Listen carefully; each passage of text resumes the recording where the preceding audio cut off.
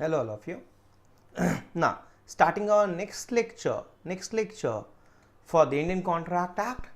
पिछले लेक्चर में हमने एक चीज की थी बेटा, वो मैं आपको एक बार रिवाइज करा दूं.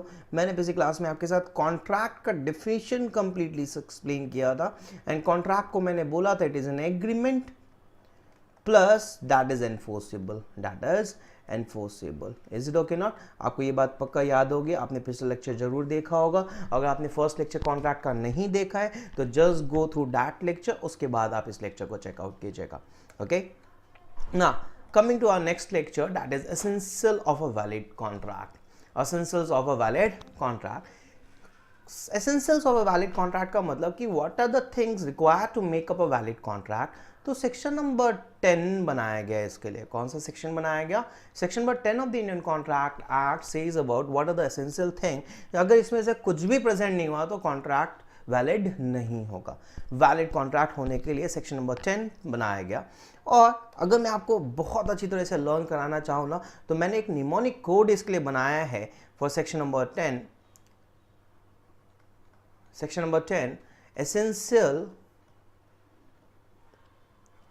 Elements of a valid contract. Essential element of a valid contract. और इसको लर्न करने के लिए I have made one thing बेटा, इट इज पीएलसी मैंने ऐसे बोला, प्रोडक्ट लाइफ साइकिल निकाला सीएफओ ने और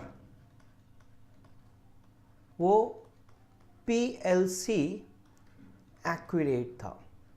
देखना अब why this is important, क्योंकि अगर आपको एग्जामिनेशन दे रहे हैं ना तो they can directly ask what are the various essential elements of a valid contract. तो इस वजह से पॉइंट आपको लर्न हो जाएंगे. पीएलसी निकाला सीएफओ ने और वो पीएलसी कैसा था? एक्यूरेट था. वो पीएलसी कैसा था? Accurate. That is this is the first point, this is second, third, fourth, fifth, sixth, seventh, eight, nine, 10. That is there 10 essential elements of making of a valid contract. सबसे पहले P से it is proper offer and acceptance. अभी हम आपको points learn करा रहे हैं बच्चे, उसके बाद हम एक एक पॉइंट को डिटेल में डिस्कस करेंगे. Is it okay? और आपको एक बहुत इंटरेस्टिंग बात बता दूं कि यही सारे पॉइंट्स ना आपके वेरियस चैप्टर्स बनते चले जाएंगे आगे कॉन्ट्रैक्ट एक्ट के अंदर. ठीक है, for example offer and acceptance एक चैप्टर बन जाएगा, कंसिडरेशन एक चैप्टर बन जाएगा, तो अलग अलग चैप्टर्स भी बनते चले जाएंगे. ये first is proper offer and acceptance. Second one is legal relation creation. Second essential element is legal relation creation.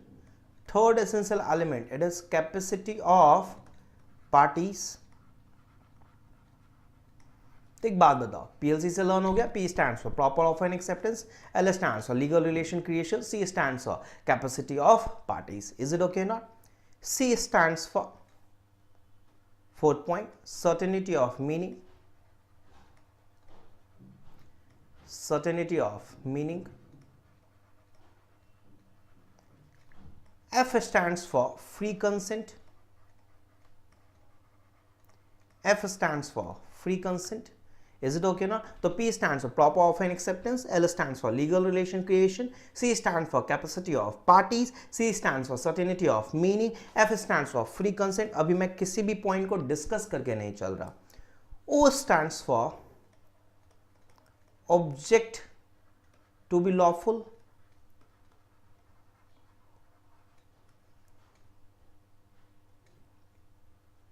फिर PLC एक्यूरेट. ये 4 पॉइंट रह गए हमारे पास. P stands for possibility of performance.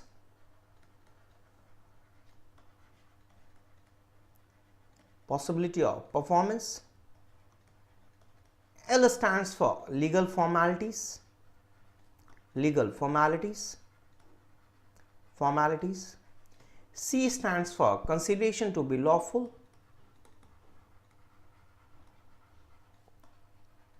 Consideration to be lawful. And A stands for agreement not expressly declared to be void। तो obviously अब आपको points learn हो गए होंगे बच्चे। पी फिर से याद कर ले को, पीएलसी, सीएफओ, पीएलसी और accurate, they are 10 essential element of forming a contract। P stands for proper offer and acceptance, L stands for legal relation creation, C stands for capacity of party, C stands for certainty of meaning, F stands for free consent, O stands for object to be lawful, P stands for possibility of performance, L stands for legal formalities, C stands for consideration to be lawful, A stands for agreement not expressly declared to be void। यहाँ पे एक नया term आपके पास है void, जब हम इस topic के ऊपर आएंगे तो मैं आपको void टर्म भी समझा दूंगा। Is it okay ना? तो coming to our initial slide of this chapter, what it says, essential of a valid contract। मैंने बताया था essential of a valid contract के सेक्शन में दिया बेटा, it is under section number 10, ठीक है, as given by section number 10। देखो सेक्शन नंबर 10 है ना, it is not an exhaustive section. कुछ चीजें जो एसेंशियल एलिमेंट हैं बट वो सेक्शन नंबर 10 के अंदर नहीं दी गई, ठीक है। तो इसलिए मैंने यहाँ पे क्लासिफिकेशन दो तरह से किया, the one thing which is provided in the section 10 and other which is not provided in section 10, but वो भी एसेंशियल एलिमेंट है, ठीक है। This is provided in, agreement होना चाहिए, एग्रीमेंट मतलब प्रॉपर ऑफर एंड एक्सेप्टेंस होना चाहिए, फ्री कंसेंट होना चाहिए, कॉम्पिटेंसी ऑफ द पार्टी मतलब कैपेसिटी ऑफ द पार्टी अच्छी होनी चाहिए, lawful object, lawful consideration and not expressly declared to be void। But a thing which is not given under section number 10 but it is also an essential element, two parties होनी चाहिए, intention to create legal relationship होना चाहिए, legal formalities complete होनी चाहिए, meaning certain होना चाहिए और possibility of performance होना चाहिए। तो आपको प्लीज याद हो गया होगा, ठीक है। आप बोलोगे सर यहाँ पे तो 6 + 5 11 हो रहे, बट आपने तो 10 याद कराया था, तो बेटा ये एक एक्स्ट्रा पॉइंट है यहाँ पे, दैट इज 2 पार्टी, वो जनरल पॉइंट है। ऑब्वियसली ऑफर एंड एक्सेप्टेंस के लिए 2 पार्टी तो होनी ही चाहिए। इज इट ओके और नॉट? पक्का 100% ना? तो हमें मेरे ख्याल से आपको ये बात याद हो गई होगी बहुत अच्छी तरह से कि they are certain essential elements. अब एक एक एलिमेंट को हम डिस्कस करते हैं, देखिएगा please all of you. In terms of section number 10 of the act, all agreement or contract if they are made by the free consent of the party, देखना section 10 की वर्डिंग्स को देख रहे, competent to contract for a lawful consideration with a lawful object and not expressly declared to be void। तो देखना section number 10 की अगर मैं बात करूं तो यहाँ पे कौन कौन सा एसेंशियल एलिमेंट दिया, एक ये दिया एग्रीमेंट, दूसरा कौन सा है फ्री कंसेंट, तीसरा कौन सा है कॉम्पिटेंट टू कॉन्ट्रैक्ट, चौथा कौन सा है लॉफुल कंसिडरेशन और पांचवा कौन सा है लॉफुल ऑब्जेक्ट एंड छठा कौन सा है not expressly declare to be void. मतलब सेक्शन नंबर 10 के अंदर 6 है प्लस 5 एक्स्ट्रा हैं जो यहां नहीं दिए गए but they are considered as essential element. तो वही बात यहां पे लिखी हुई देखना बेटा, since section 10 is not complete and exhaustive so they are certain other section which also contains requirement for an agreement to be enforceable. Thus in order to create a valid contract the following element should be present. This is not given under section number 10। तो हम पहले उसको discuss कर लेते हैं जो section number 10 के अंदर नहीं दिए हुए, फिर बाद में उसे डिस्कस करेंगे जो सेक्शन नंबर 10 के अंदर दिए हुए हैं। सबसे पहली बात, it is as simple as that there must be 2 party। अगर कोई पर्सन ऑफर दे रहा है तो there must be the acceptor of that offer। मतलब a person cannot make an offer to himself। is it okay not? ठीक है। अब यहाँ पे देखना one cannot contract with himself। अब यहाँ पे बताना, यहाँ पे मैं बोलता हूँ बच्चे एक पर्सन A एक पर्सन B, that means कि there must be 2 person, there must be 2 person। अब आप बोलोगे सर ये 2 पर्सन कौन होंगे, तो मैं बोल सकता है पर्सन बेटा it may be natural person, it may be artificial person, it may be artificial person. बोलोगे सर नेचुरल पर्सन का मतलब जो नेचुरल बर्थ लेते हैं, the person who takes up the natural birth like us, ठीक है। Artificial person जिसका natural birth नहीं होता, फॉर एग्जाम्पल किसी भी चीज का रजिस्ट्रेशन हुआ, for example company is an artificial person. तो क्या कोई 2 कंपनी आपस में एग्रीमेंट एंटर कर सकती है? ऑब्वियसली एंटर कर सकती है, ठीक है। तो यहाँ पे 2 parties, it may be natural, it may be artificial. Getting my point or not? ना। तो फर्स्ट एसेंशियल एलिमेंट हो गया बच्चे। Second essential element is party must intend to create legal obligation. हमने पिछले लेक्चर में भी किया था और मैं यहां आपके साथ एक बात बोल रहा हूं। सपोज मान लो कोई एग्रीमेंट है जो कमर्शियल एग्रीमेंट है,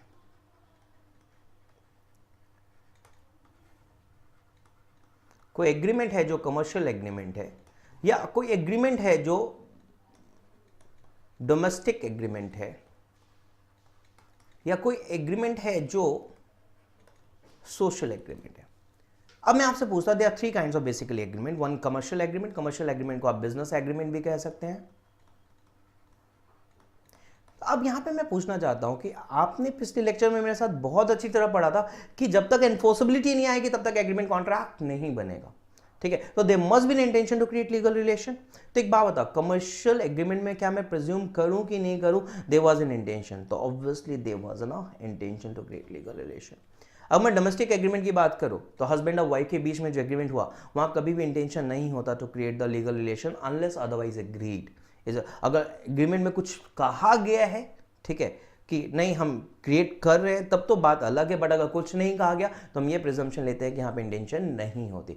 उसी तरह अगर आप अपने किसी दोस्त को इन्वाइट करते हो ना डिनर पार्टी और दोस्त नहीं आता, तो यहाँ पे मेरा कभी भी कोई इंटेंशन नहीं था to create the legal relation. तो ये चीज सिर्फ एग्रीमेंट होगी क्योंकि यहाँ पे एनफोर्सेबिलिटी नहीं थी। बट जिस जगह एग्रीमेंट के साथ एनफोर्सेबिलिटी होगी तो वो चीज फिर क्या कहलाएगी बच्चे, दैट इज कॉन्ट्रैक्ट कहलाएगी। Is it okay or not? So this was the second essential element. Party must intend to create legal obligation. Party must intend to create legal obligation.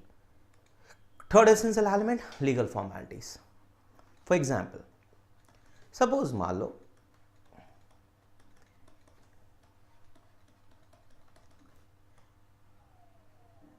Mister A और mister B बोलते हैं कि हम written agreement करेंगे, written contract करेंगे, ठीक है, और उस रिटन कॉन्ट्रैक्ट का हम रजिस्ट्रेशन भी कराना जरूरी है। रिटन कॉन्ट्रैक्ट का क्या कराना जरूरी है, रजिस्ट्रेशन। तो अगर registration is a legal formality, registration is a legal formality, और अगर आपने लीगल फॉर्मेलिटी कंप्लीट नहीं की, ठीक है, तो आप अब इस चीज के लिए कोर्ट में केस फाइल नहीं कर सकते। तो obviously there are certain legal formalities that is to be fulfilled. अगर वो लीगल फॉर्मेलिटीज कंप्लीटली फुलफिल्ड नहीं होती तो आप केस फाइल नहीं कर सकते। Is it okay not? तो this was the third one. Fourth one, certainty of meaning, बहुत आसान बचे। सपोज मान लो मिस्टर ए एक ऑयल ट्रेडर है और मिस्टर बी एक बायर है। ये ऑयल ट्रेडर है, ठीक है, ये ऑयल ट्रेडर अब बहुत सारे ऑयल्स के अंदर डील करते हैं, like kerosene oil, refined oil, sunflower oil. बोलते हैं मैं तुम्हें 100 टन्स ऑफ ऑयल बेचूंगा, 100 टन्स ऑफ ऑयल बेचूंगा। Is it okay not? तो this become the seller and this become the buyer. तो यहाँ पे एक बात बता बेटा, यहाँ पे ऑयल का मतलब यहाँ पे विच oil, which kind of oil, तो यहाँ पे सर्टेनिटी नहीं है। तो obviously terms of the contract must be certain, वहाँ पे कोई एम्बिग्यूटी नहीं होनी चाहिए, एम्बिग्यूटी नहीं होनी चाहिए। Is it okay not? ना।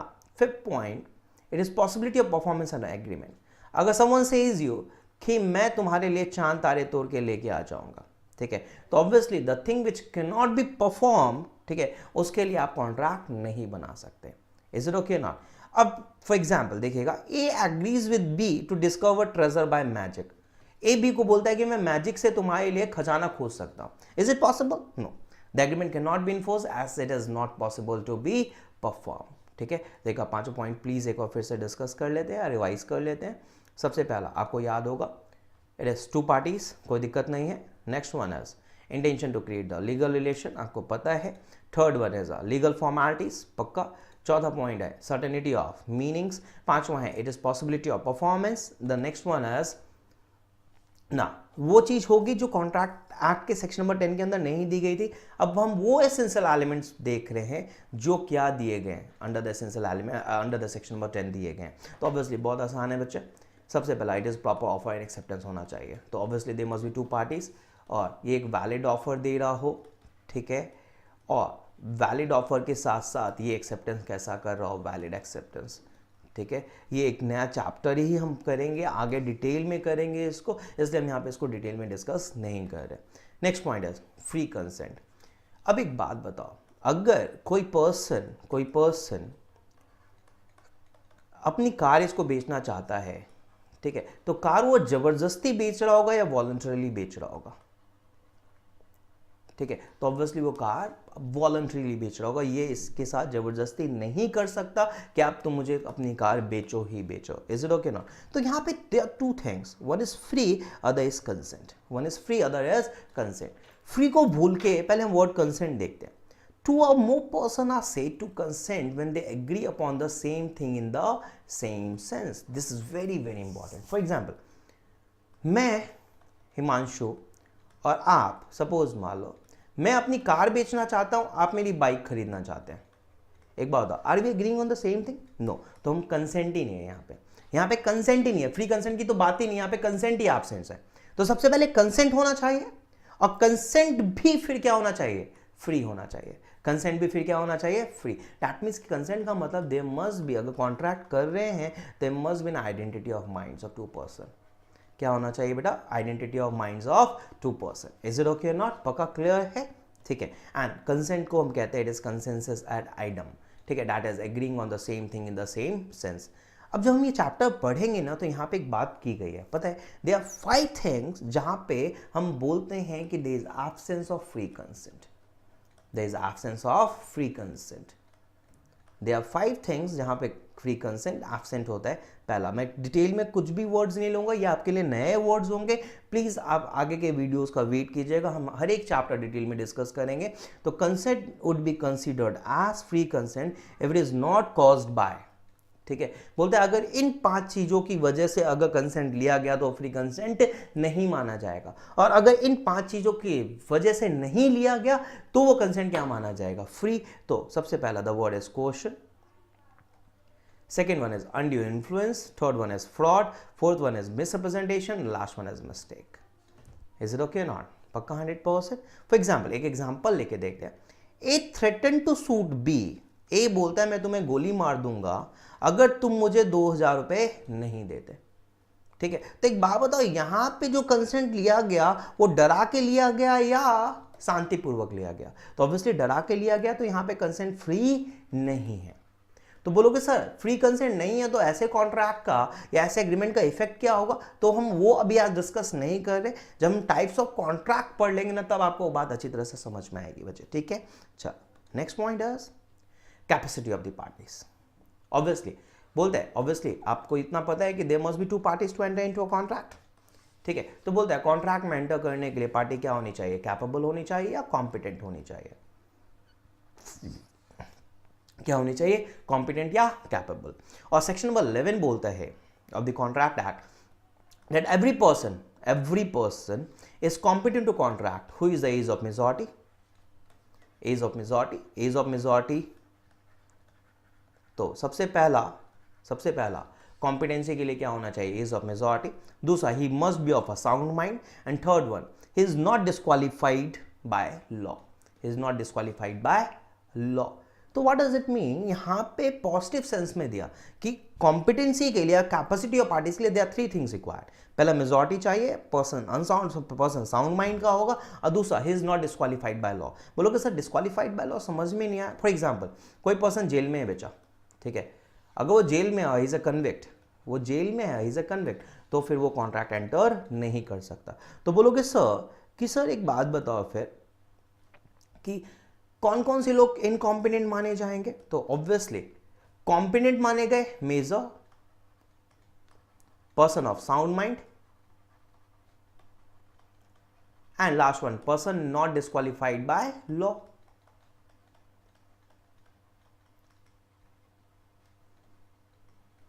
Person not disqualified by law. तो सर कौन कौन से लोग इनकॉम्पिटेंट माने जाएंगे? तो obviously minor will be incompetent, person of unsound mind will be incompetent, and last one, the person disqualified by law will be incompetent.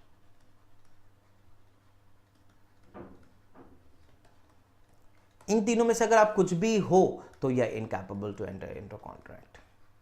Incapable. Is it okay or not? पक्का 100%? Now next point, lawful consideration and lawful object. For example, A, B. A बोलता है मैं तुम्हें car बेचूंगा, तो object यहां पे क्या हुआ? कार बेचना। और ये बोलता है मैं तुम्हें 2 लाख रुपए दूंगा, तो यहाँ पे कंसिडरेशन क्या है बेटा, 2 लाख रुपीस। तो ऑब्वियसली दोनों ही चीज लॉफुल होनी चाहिए, चाहे कंसिडरेशन हो चाहे वो ऑब्जेक्ट हो, इज इट ओके नॉट, ठीक है, चाहे वो कंसिडरेशन हो चाहे वो क्या हो ऑब्जेक्ट, तो object should be lawful and consideration shall be lawful. एक एग्जांपल देखते हैं, A promises to drop prosecution instituted against B for robbery. A B को बोलता है कि तुमने जो चोरी की थी उसके अगेंस्ट जो मैंने केस फाइल कर रखा है मैं उसे ड्रॉप कर दूंगा, ठीक है, and B promises to restore the value of the thing taken, और बोलता है बी बोलता है कि और बोलता है कि जो चीज तुमने चोरी की है वो तुम मुझे दे देना। तो this agreement is void as its object is unlawful. Object ही अनलॉफुल है क्योंकि आप किसी के अगेंस्ट क्या कर रहे हैं, प्रोसिक्यूशन ड्रॉप कर रहे हैं। आप क्या कर रहे हैं, प्रोसिक्यूशन ड्रॉप कर रहे हैं, और प्रोसिक्यूशन किसके बेसिस पे ड्रॉप कर रहे हैं बेटा, क्या किया था, रॉबरी की थी, ठीक है, robbery is an unlawful thing, तो ऑब्वियसली यहाँ पे ऑब्जेक्ट ही क्या है, अनलॉफुल। तो आपके कॉन्ट्रैक्ट में कंसिडरेशन भी लॉफुल होना चाहिए, लॉफुल कंसिडरेशन होना चाहिए, और साथ के साथ लॉफुल क्या होना चाहिए, ऑब्जेक्ट होना चाहिए, लॉफुल क्या होना चाहिए, ऑब्जेक्ट होना चाहिए। Next point, this is again very important. Agreement not expressly declared to be void. यहाँ पे void term को मैं आपको समझा देता बेटा। void का मतलब the thing which is not enforceable, not enforceable, the thing which is not enforceable. मतलब not enforceable का मतलब you cannot take up a legal action for this thing. Is it okay now? तो they are certain things in the contract act जो लिखा गया कि ये agreement शुरू से ही क्या होते हैं, वॉइड होते हैं, तो ये क्या है, एनफोर्सिबल नहीं हो सकते, ठीक है। तो अगर ये एनफोर्सिबल नहीं हो सकते, तो अगर एनफोर्सिबल नहीं होंगे तो ऑब्वियसली कभी भी कॉन्ट्रैक्ट नहीं बन सकता उस एग्रीमेंट के ऊपर। For example, the agreement enter into must not be which the law declares either illegal और void. An illegal agreement is an agreement expressly or impliedly prohibited by law. A void agreement is one without any legal effect. Is it okay now? अब यहाँ पे agreement not expressly declared to be void के मैं कुछ examples लूँ ना, तो for example agreement with a minor, agreement with a minor, minor के साथ क्या हुआ agreement कभी भी enforceable नहीं होता है, ठीक है, agreement with a minor. Is it okay? Agreement and restraint of trade, agreement and restraint of trade, ये सारी चीजें हम डिटेल में करेंगे बच्चे। हो सकता है कि आपको अभी वर्ड्स थोड़े बहुत डिफिकल्ट लग रहे हो, बट हम इसे डिटेल में करेंगे। Agreement and restraint of trade मतलब एक बात बताओ, सपोज मेरे एक शॉप है यहाँ पे, I have a shop here, कोई सेम तरह की शॉप अगर यहाँ पे खोलता है तो क्या मैं उसे रोक सकता हूँ? नहीं, मैं उसे नहीं रोक सकता। मैं किसी को भी किसी तरह के लॉफुल बिजनेस करने से रोक नहीं सकता।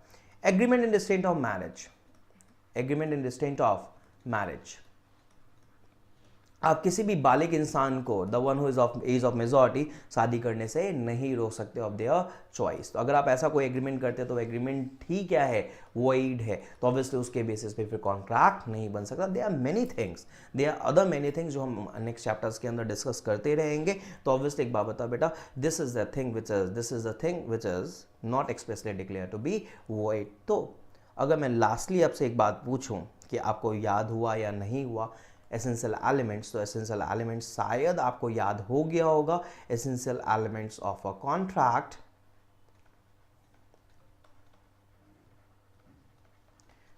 PLC, CFO, PLC एक्यूरेट, ये आप फिल इन द ब्लैंक्स करेंगे बच्चे। P स्टैंड्स फॉर, मैं मान रहा हूं कि आपने अपने नोट्स के अंदर उसे लिख लिया होगा। P stands for proper, offer and acceptance. L stands for legal, relation, creation. C stands for capacity of party. C stands for certainty of meanings.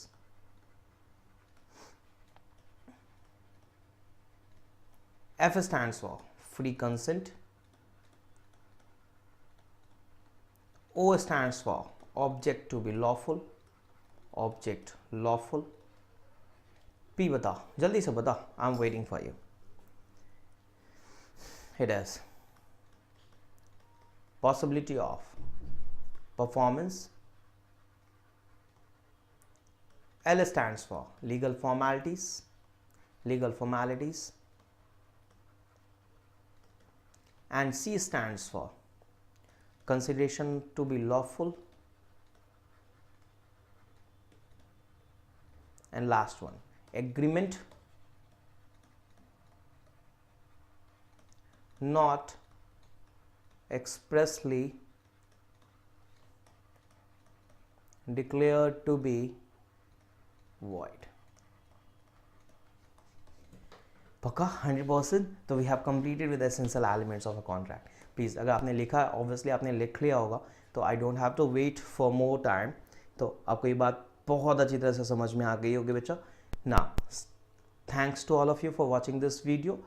Please like and subscribe करते रहिएगा और बेल आइकन पे please click करना मत भूलिएगा for further updates. And thanks to all of you for your exams and for your studies. See you in the next lecture. Till then, tata, bye bye.